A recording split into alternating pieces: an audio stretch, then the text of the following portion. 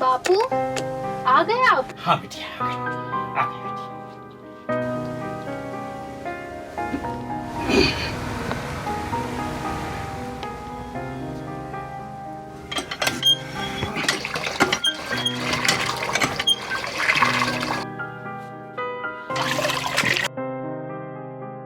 सूरज चढ़ गया है, इतना समय हो आन का, एक दाना ना खाया तुमने। इतनी मेहनत काहे लिए करते हैं?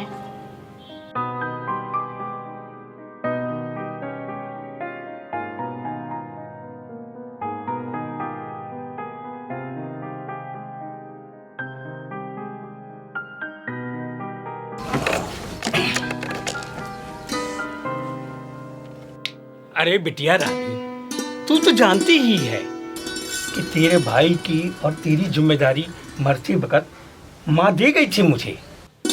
बस तेरा भाई पढ़ जाए, सरकारी बाबू बन जाए, 4 पैसा जुड़ जाए, तेरा ब्याह कर दे, बस यही अपनी इच्छा है। हाँ हाँ, बोझ हूँ ना मैं, निकाल बाहर कर दो घर से।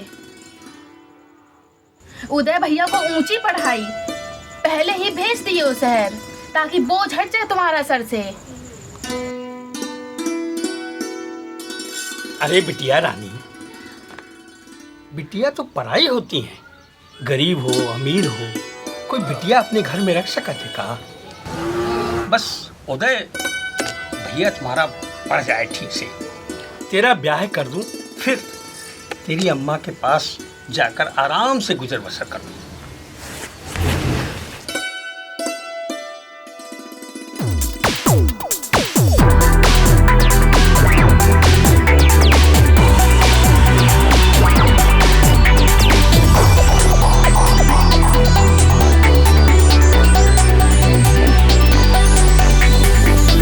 भैया जी, दारू भी कम पड़ गई। अब आ गई, कम ही पड़ जाती है। मंगाइए बे, कितने? वो है ना उदय, मेरा क्लाइंट गया है, ये खत्म कर लो जल्दी जल्दी।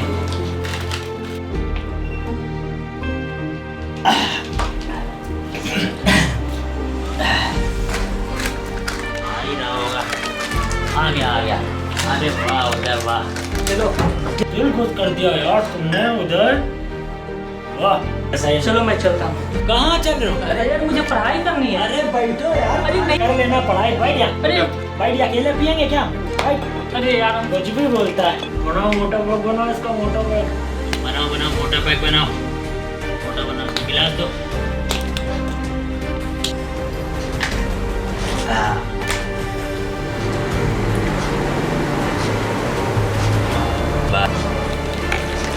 बस रहने दो। अरे मोटा बनाओ। एक बार डाल पानी डाल, पानी का उसमें बोतल। क्या बात, एक नंबर, सबसे मोटा।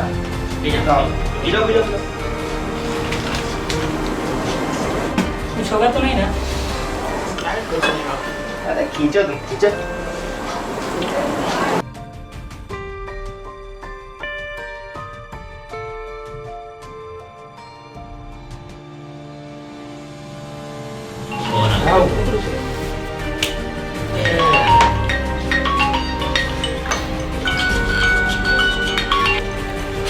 बाबू शांत रहो। हेलो। उदय भैया, हाँ गुड़िया, देख लो बाबूजी को, अरे इतना भड़क क्यों रही हो? सवेरे से भूखे प्यासे दुहर गए हैं, अब जाके थाली नसीब हुई, और उसपे भी इनके वही पुराने गीत चालू। मेरे बबुआ की नौकरी, मेरा ब्याह, और तेरी अम्मा के पास भगवान के घर। बाबूजी के 2 फोन। लो बात करो, मेरी तो सुनते ना है। अब भैया ही तुम्हारी खबर नहीं। नमस्ते बाबूजी। और बता लल्ला, शहर में तेरी पढ़ाई ठीक चल रही ना? पैसा रुपया की जरूरत तो नहीं है। बाबूजी पढ़ाई जी जान से चल रही है। ले पढ़ाई। जी इस बार के एग्जाम में तो अफसर बनना पक्का है। तू अपनी पढ़ाई पूरी कर और गांव मोहल्ले के साथ साथ अपने बाप का भी नाम रोशन कर। गुड़िया को परेशान ना किया करो और अपना ध्यान रखा करो। बाबूजी 3,000 रुपये ननकू चाचा से भेज देते तो अच्छा होता। बबुआ पैसा रुपया की चिंता मत कर, तुम्हारे पास कल शाम तक ननकू चाचा के साथ रुपया भेज दे हैं। हाँ मार्केट में कुछ नई किताबें आई है, मास्टर जी बोले हैं कि ले लेना। अरे हाँ हाँ भेज देंगे बेटा, परेशान मत हो। ध्यान से पैसा भेजवा दीजिएगा। बबुआ चिंता ना करो, पैसा शाम तक पहुंच जाए। ठीक ठीक रख रहे हैं। हाँ ठीक ठीक रख रहे हैं। नमस्ते बाबूजी। अच्छा हुआ तेरे बाप ने फोन रख दिया। देख सिगरेट सुलग कर खत्म हो गया। यार तुम लोग तो मुझे मरवा डालोगे। ठीक है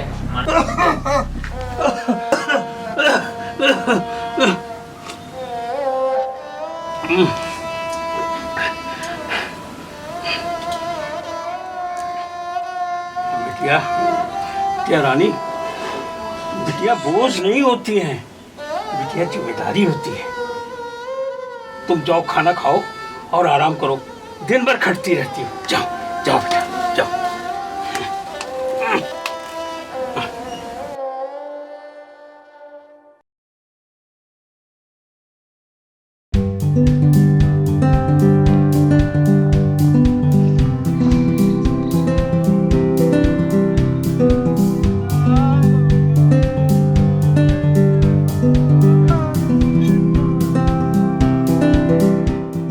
एक चाय बनाए क्या?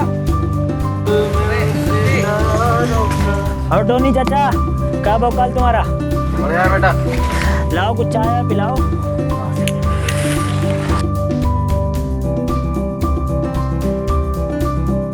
कभी अलग ही भोकाल रहता है।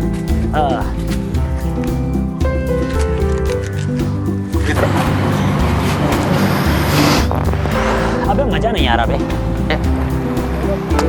ये जी दारू बनवाई जाए। अबे पगला हो क्या? भैया जी कुछ नया जुगाड़ किए हैं। का भैया जी? सूखा नशा। आज उदय को बोले थे गांजा लाने के लिए, ला रहा होगा।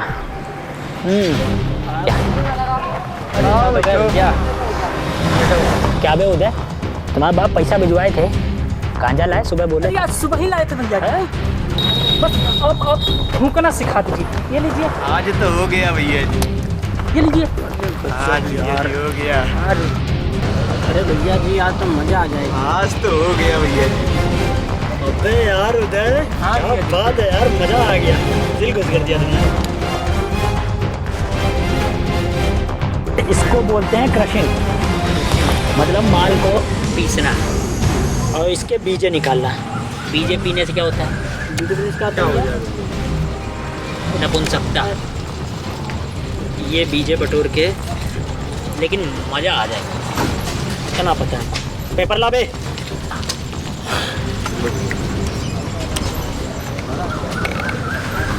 एक नंबर। जल्दी बनाओ भैया जी। जल्दी बना के मजा आ जाएगा। माल तैयार। जल्दी दो भैया। मैं रुक जा, बहुत हड़बड़ा रहा है साले। उधरा फिर रहा है। माचिस है भैया जी? माचिस साचिस सब है। टोनी चाचा ले लड्डू खाओ, मुंह मीठा कराओ। अरे का है लड्डू बांटे दे रहे हो? लड्डू तो खाओ पहले, फिर बताइए। मेरे बड़के भैया की नौकरी जो लग गई दिल्ली में। अच्छा बहुत खुशी हुई कि अरे बहुत, पिताजी तो बहुत ही खुश हुए। कॉलेज के पढ़ाई के साथ साथ खुद होटल में नौकरी करके गांव मोहल्ले का नाम रोशन कर दिया। अच्छा बहुत मेहनत करिए, आपका आशीर्वाद। अरे जी तरह होता। उदय क्लाइंट ले बे। अबे इसको बनाया माल तेरे लिए। अपनी पढ़ाई पूरी कर और गांव मोहल्ले के साथ साथ अपने बाप का भी नाम रोशन कर।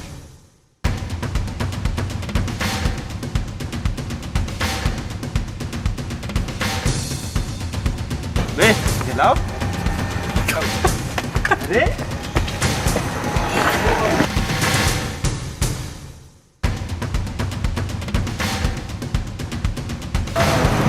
इसको क्या हुआ बे?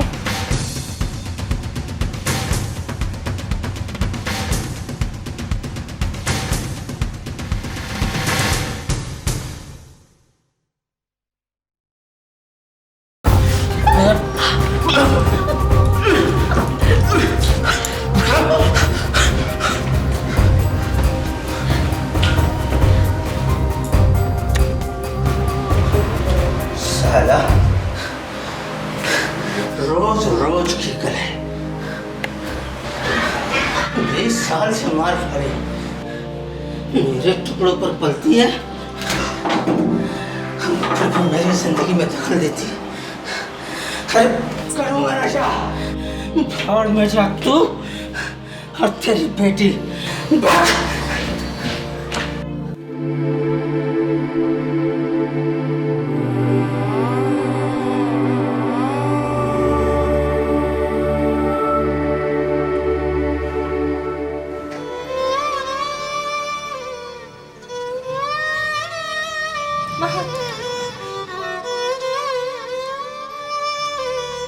तुम कब तक ये सब सहन करती रहोगी? कुछ बोलती क्यों नहीं हो उसे? कैसे कैसे जानवरों की तरह मारता है वो तुम्हें? छी! 20 साल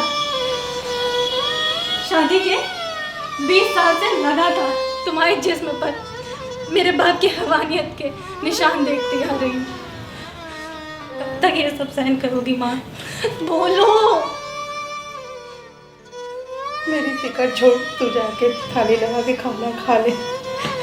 बस तेरी पढ़ाई हो जाए बेटा, फिर हम लोग कहीं चल के गुजर बसर कर ले। और तुम बस उस जानवर के हाथों मार खाती रहना।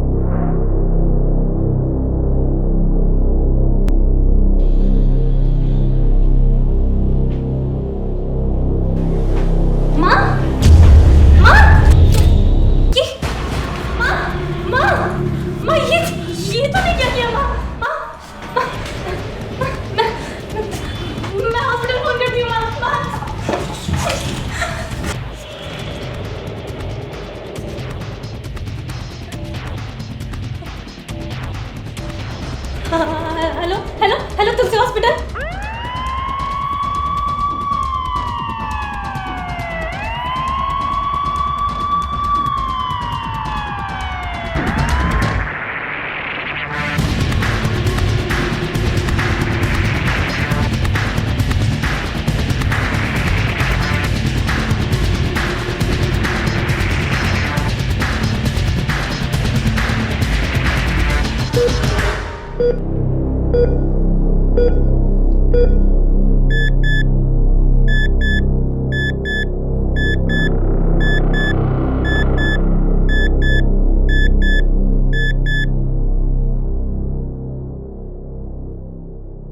देखिए, मरीज़ ने अभी मेडिसिन की ओवरडोज ले रखी है, जिसकी वजह से अभी स्थिति काफ़ी गंभीर है। हम लोग अपना प्रयास कर रहे हैं। तब तक आप एक काम करिए, घर से किसी को बुला लीजिए, ठीक है?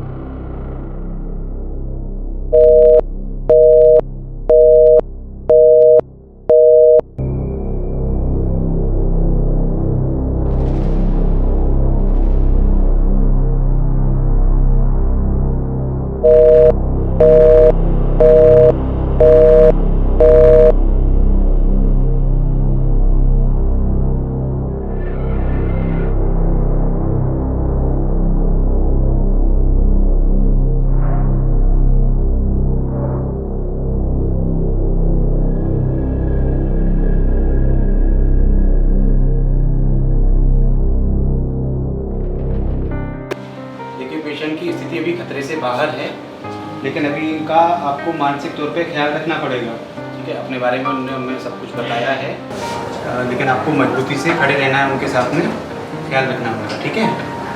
Thank you so much doctor, thank you.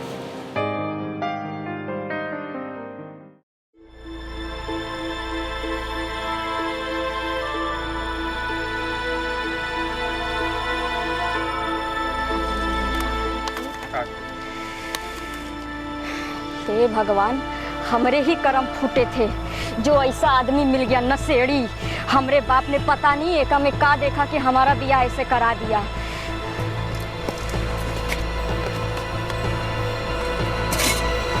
बताओ, घरों में भी नहीं है कुछ खाए के लिए, ना जीता है ना मरता है।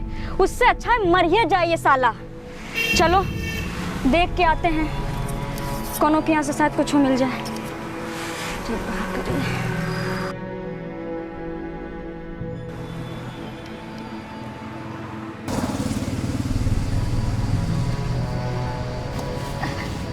भगवान भला करे पड़ोसियों का, कम बुरे वक्त में काम तो आए, जिनकी वजह से हमारा चूल्हा भी तो आज जल रहा है।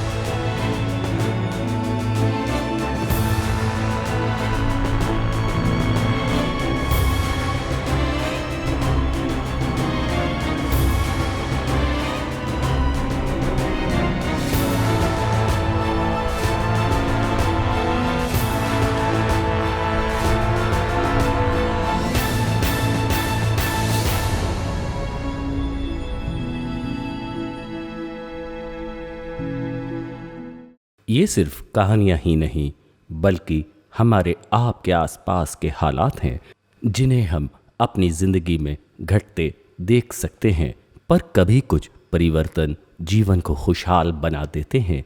ऐसा ही इन कहानियों में आपने देखा, उदय अब नशे की लत को छोड़कर आज सरकारी अफसर बन गया है। श्वेता अपनी माँ को उस हादसे से निकालकर आज खुद डॉक्टर बन गई है और घरेलू हिंसा से पीड़ित महिलाओं के लिए एक जागरूकता अभियान चला रही है।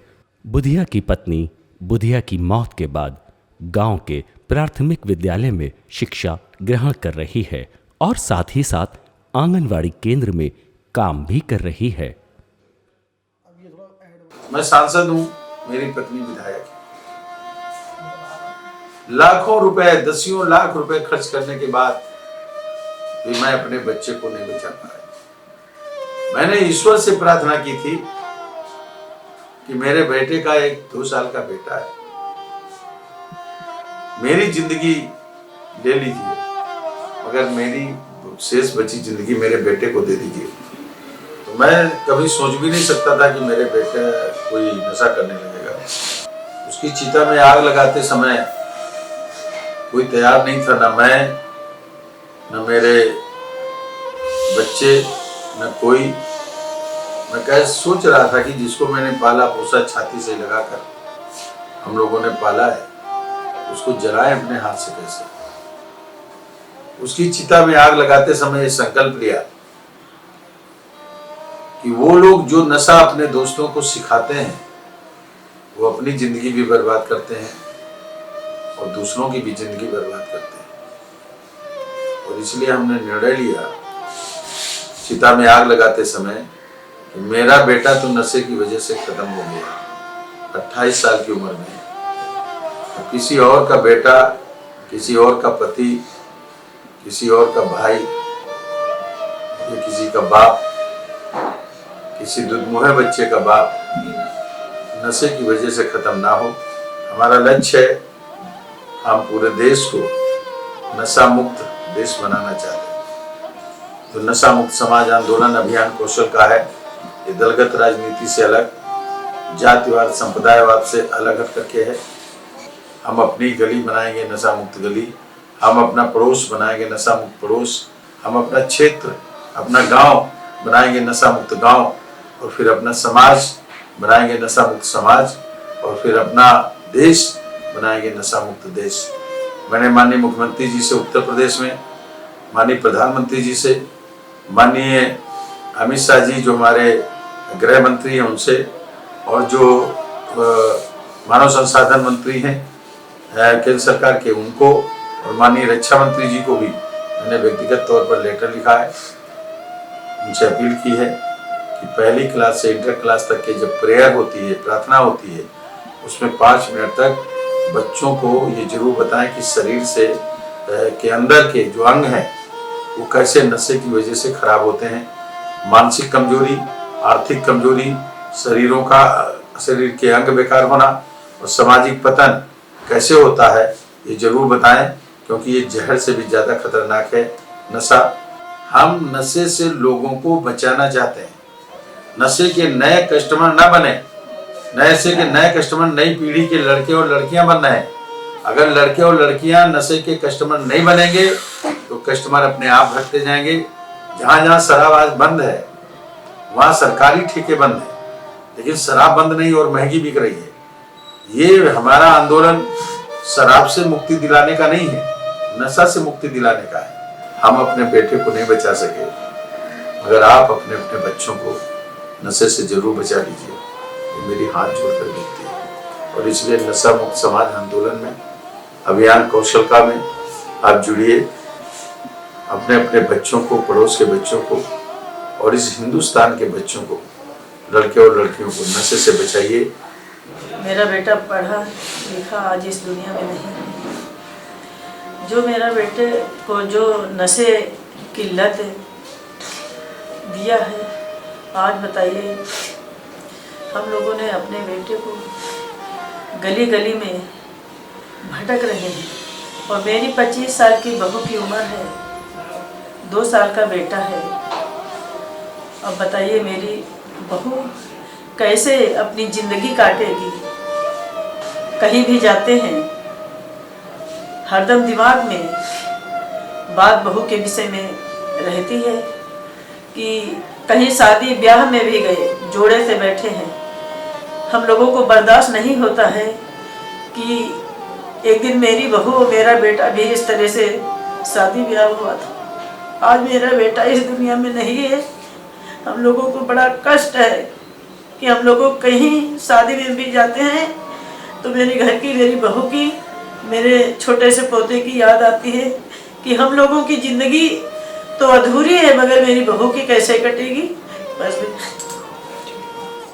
एक चिकित्सक होने के नाते मैं नशे के बारे में अगर बात करूं तो इससे होने वाली समस्याएं कई तरीके की हैं। कई तरह के नशे के सेवन के मरीज हमारे पास में आते हैं। जैसे तंबाकू, पान मसाला, शराब और कई ड्रग्स का, कुछ लोग थिनर का, कुछ लोग अन्य तरह के केमिकल्स का सेवन करके नशे के रूप में सेवन करते हैं। अब जो नशे के रूप में जो सेवन करने वाले लोग हैं, ये हमारे पास कई समस्याएं लेकर हमारे अस्पतालों में आते हैं और हम लोग इनको ट्रीट करते हैं। जैसे नशे का जो शराब बहुत टाइम से लोग पीते चले आ रहे हैं, वो लीवर फेल लेके हमारे पास आते हैं और ऐसे मरीजों का खर्चा भी इलाज में बहुत ज़्यादा आता है और इनको ठीक करना अपने आप में एक टेढ़ी खीर साबित होता है, क्योंकि इनके कॉम्प्लिकेशन बहुत होते हैं। इनको लीवर इन्वॉल्व रहता है, इनकी किडनी इन्वॉल्व रहती है, इनका डाइजेशन बिल्कुल इम्प्रॉपर रहता है। इसी तरह अगर हम अपने युवा वर्ग की बात करें तो वो शराब पी के सड़क पे गाड़ियाँ चलाने की वजह से हेड इंजरी के पेशेंट हमारे पास बहुत आते हैं, एब्डोमिनल इंजरी के पेशेंट बहुत आते हैं कि स्प्लीन में इंजरी है, लीवर में इंजरी है, ब्लंट ट्रॉमा है एब्डोमेन में। इस तरीके की समस्याएं लेकर हमारे पास बहुत तरह के पेशेंट आते हैं। कई पेशेंट्स ओपीडी में ऐसे आते हैं जिनको जो साइकोलॉजिकल प्रॉब्लम से सफ़र कर रहे होते हैं, नशे की वजह से सीवियर डिप्रेशन में होते हैं, वो ड्रग पे डिपेंडेंट होते हैं, उनके शराब छुड़वाने के लिए घर वाले भी परेशान रहते हैं, उनको भी ट्रीटमेंट करना, उनकी जो मेंटल सिचुएशन है, साइकोलॉजिकल प्रॉब्लम है, उस एस्पेक्ट को भी ट्रीट करना बहुत ही प्रॉब्लमेटिक होता है। तो इस तरीके से मेडिकल फील्ड में हमारे पास कई तरह के पेशेंट जो नशे की कॉम्प्लिकेशंस की वजह से आते हैं, उनको हमें ट्रीट करना पड़ता है। मौजूदा समय में कम उम्र के बच्चे और युवा वर्ग जो समाज में नशे के गिरफ्त में आ चुके हैं, आ रहे हैं, उनको अवेयरनेस के लिए नशा मुक्त समाज के लिए एक अभियान चलाया जा रहा है, नशा मुक्त समाज अभियान कौशल का। इसका मैं हृदय से स्वागत करता हूं। इस अभियान के लिए मैं माननीय मंत्री श्री कौशल किशोर जी की भूर भूर प्रशंसा करता हूं।